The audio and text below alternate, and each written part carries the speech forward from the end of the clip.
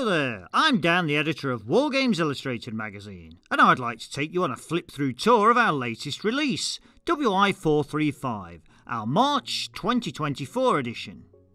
Let's begin with our regular observation post section, where we look at new products in the wargaming world, a Frostgrave supplement, Oathmark humans, and the third and final edition of Setting the East Ablaze, all featuring OP this month. Next up, Dom Saw gets to work with his release radar and searches the ether to bring us loads more new hobby releases, including gaming tables, a miniature 16th century German castle, new boats for cruel seas, a bumper crop of minis for First Corps, and more besides. Quickfire is where your hobby peers share their current projects and news. This month we have terrain making ideas and a gaming day report. For this month's theme we present 6 articles broadly focused on modelling rather than gaming, and we begin here with the building of a giant diorama for the Battle of Hattin, which features over 3,500 Peri miniatures and is housed in Kuwait City's Museum of Islamic Art. It really is a fascinating account of inspiration and endeavour. Our cover feature takes centre stage in this next article as James explores Footsaw's latest release, Gangs of Rome 2nd edition, and the first capital city of the Roman Empire that inspired it. For the crowning of Henry Tudor, Nick Foley mixes Athena miniatures civilians with Peri miniatures plastics to create a narrative scene from the Wars of the Roses.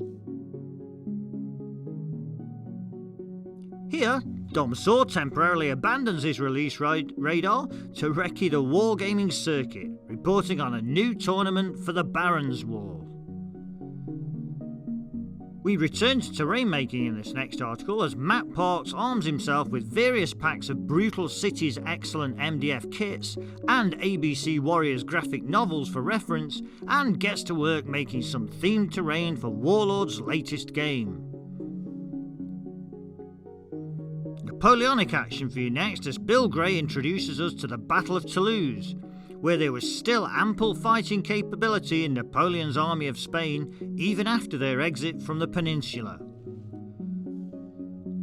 In WI433, Steve Wood reviewed Fireforge Games' new range of Japanese plastics. In this issue he shows us how he went on to paint the Ashigaru and do a spot of sprue stretching.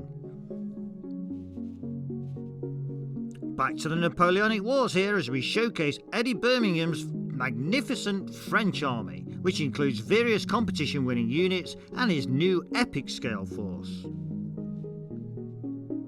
More hobby next as Callum France turns some packs of Warlord Games slain figures into a ranked up unit for old school fantasy gaming.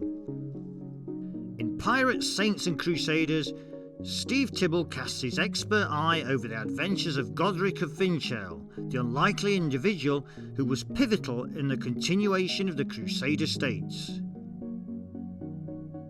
We conclude this month's hobby theme with a look at making terrain on a budget, guided by the frugal hand of Pandyman Paul.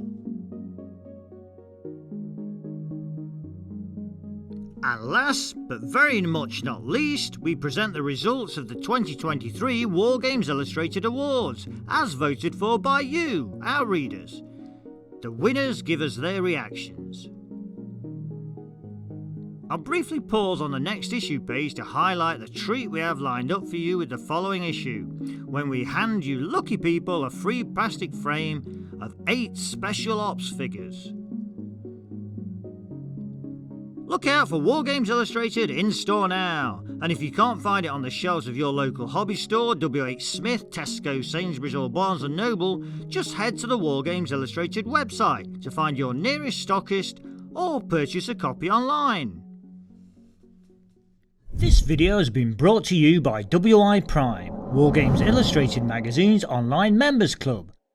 View more videos or find out more about WiPrime by following these links.